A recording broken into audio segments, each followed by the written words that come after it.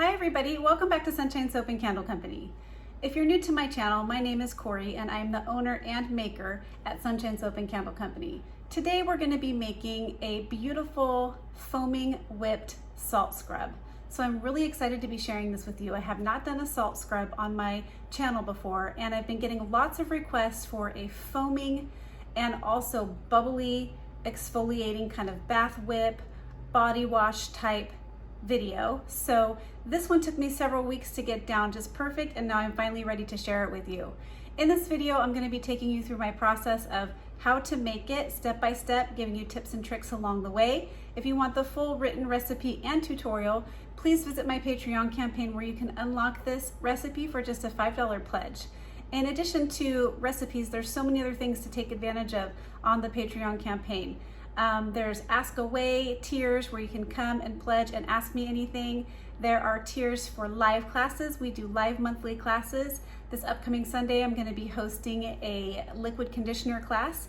We've done things like shower gels, shower steamers, candles, massage bars, just to name a few. So if you're interested in any of that, head on over to my campaign and check it all out. Let's get started. Okay, so the first thing you want to make sure you do before you make any type of cosmetic product is just make sure that you are cleaning down and sanitizing your workstation and everything that's going to come into contact with your product with a 5% bleach and water solution or 99% rubbing alcohol. And we've already done that here. So now we're going to go ahead and open up our foaming bath butter. This is the Stevenson's brand. Brambleberry sells it. It's the Stevenson's bath butter. Now, I have to tell you, this took a little bit of getting used to compared to other bath butters and foaming bath whip bases that I've used. It's quite a bit denser. So it takes a little bit more working with it and tweaking your recipe to make it just right. I like the density of it because it's going to have less of a chance of deflation. So we'll talk a little bit more about that as we get going, but we're going to go ahead and pop this into my KitchenAid mixer, the whole thing. This is a 32-ounce tub, and as you can see, it's very dense and thick.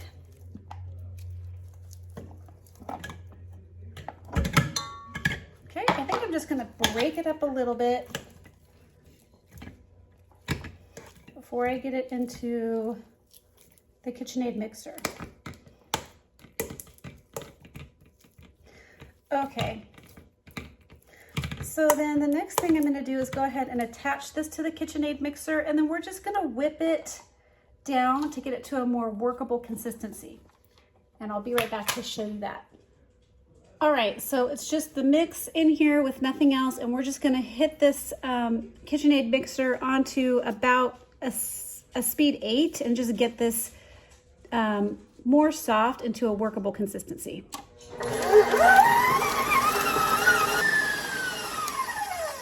Okay, so as you can see, it likes to stick to the sides, and you're going to want a stiff spatula here, not a flexible one, to really get those sides scraped back down.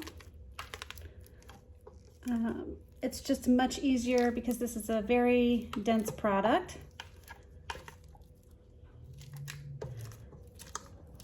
Okay, so we're just going to give that another minute to blend and soften up a little bit, and then we're going to be adding in the wet ingredients. So I will bring you right back when we're ready to add the wet ingredients. Okay, now we're ready to go ahead and add in our liquid ingredients. And in this container, I just have some apricot kernel oil. You can use any light carrier oil that you like. I just like the way this one feels. I have my fragrance oil, and I have a bit of glycerin. Now, the fragrance oil that I'm using today is the Hot Pink Lime from Nature's Garden, and it smells really, really good. It's just kind of tart and fruity. It's got a very tart lime sweet top note to it, but it also has kind of like a sugary base note. It's really good. So we're just going to turn this on slow and add this in, and then we're going to just get this well incorporated before we add our color.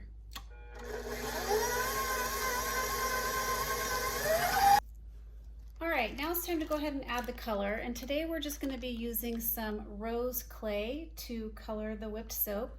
Rose clay is a natural pink kaolin clay. So we're going to be adding in about a teaspoon. And then I'm just going to get this incorporated on slow, and then we'll turn it up.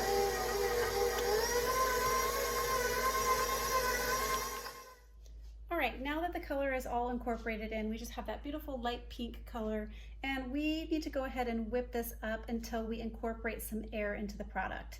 Now, the Brambleberry base is a much denser, so it doesn't get as fluffy as some of the other bases that I've used in the past. However, we still want it to get a little bit more whipped in consistency, and we do want to incorporate some air. There comes a point with whipped soap where you can incorporate too much air, and then what happens to your soap the next day or so is it deflates. So it's kind of something that you have to practice with, and you have to get used to the way that it looks.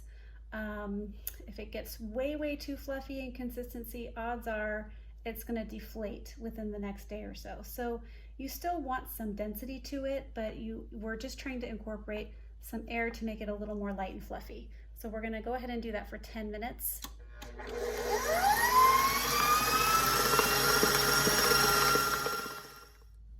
Okay, so we've been whipping this for a full 10 minutes, and now it's time to go ahead and incorporate in the salt. So I'm going to go ahead and take this off the stand mixer, and I'll bring you right back when everything's cleaned up. All right, so now you can see the texture of this. It's really whipped up. It's got a nice thick consistency. It's not too whipped. So it's time to go ahead and add the salt. You could just leave it like this and add it into your containers if you want to, but we're going to be adding a little bit of exfoliation to this product. So we are going to be using some pink sea salt, fine grain pink sea salt. You can get this at Brambleberry.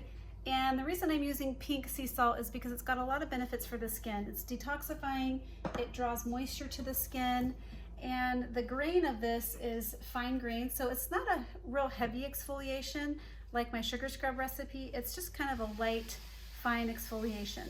And we are going to be folding this into the mixture. I find with whipped soaps it's better to fold in your salt. For some reason, when you get it going on the KitchenAid mixer or with beaters, your batch can kind of seize up. So it's best to just slowly fold this in. So we're just going to go a little bit at a time. And using a stiff spatula, we're just going to fold it in.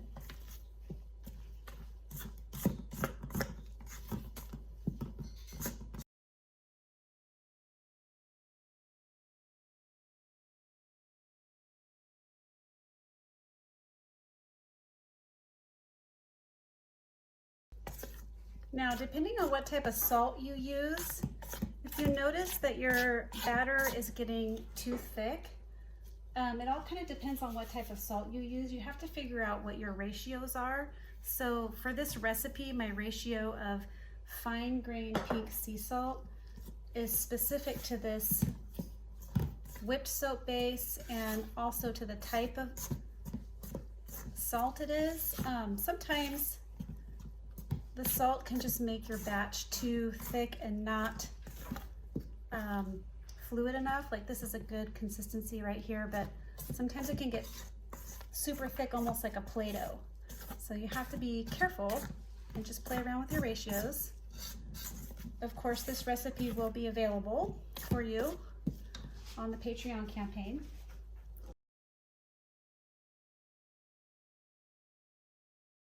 Salt and sugar scrubs are different, meaning the ratio of sugar you can use in a scrub is different than the ratio.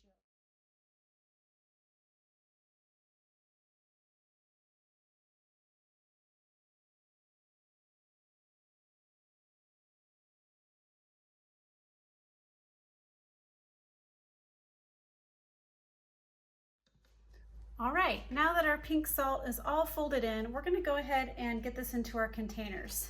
This is a pretty good consistency. You could either scoop or pipe it in. I think I'm actually just going to go get a very big piping tip and pipe it in. So I'll be right back to show you that part. Okay, so we are just using a reusable piping bag. I've got a really big open star tip on here, and I'm using some PET 8-ounce containers. So we're just going to start piping it in.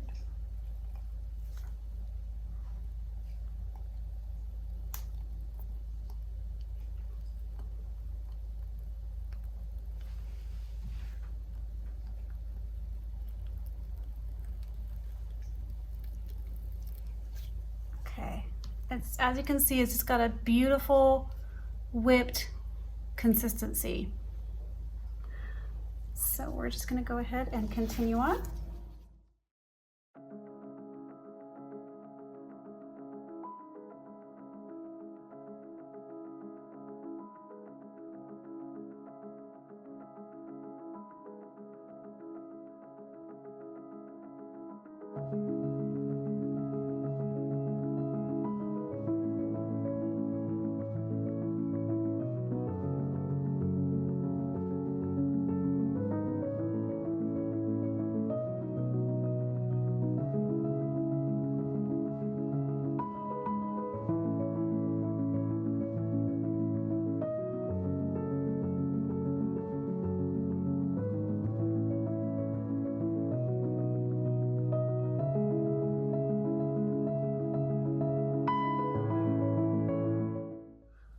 All right, everyone, we're done piping these into the containers. It filled up 5 8-ounce containers and a little bit left over we're going to use for our product demo.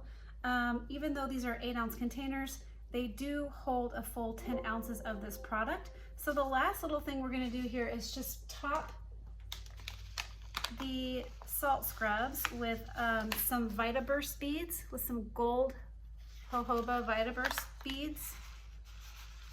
And that's going to give it a little bit of decoration, but also when they burst, a little bit of jojoba oil comes out onto your skin.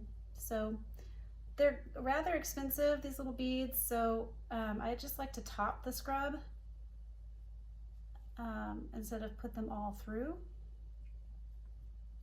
So they're not going to add too much exfoliation, just a little decoration and a little bit of jojoba.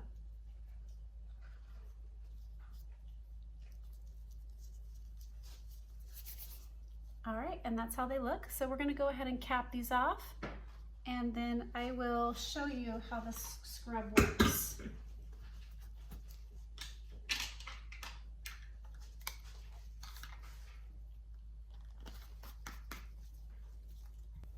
All right, let's go to the sink for our product demo.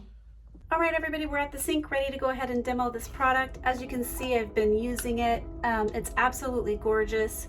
It's got kind of a consistency of like a buttercream frosting, maybe not quite as thick as that. Very, very soft and smooth and silky. Let's go ahead and wet my hands down. And as you can see, it's got some nice foam to it, some bubbly foam.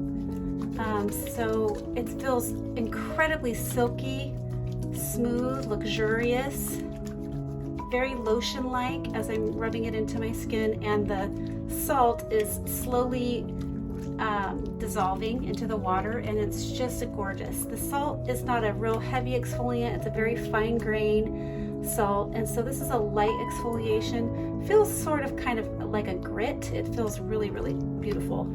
Oh my gosh, I just love it. So anyway, I hope that you liked this video, and I hope that you try this recipe for yourself, or you can purchase it from my website.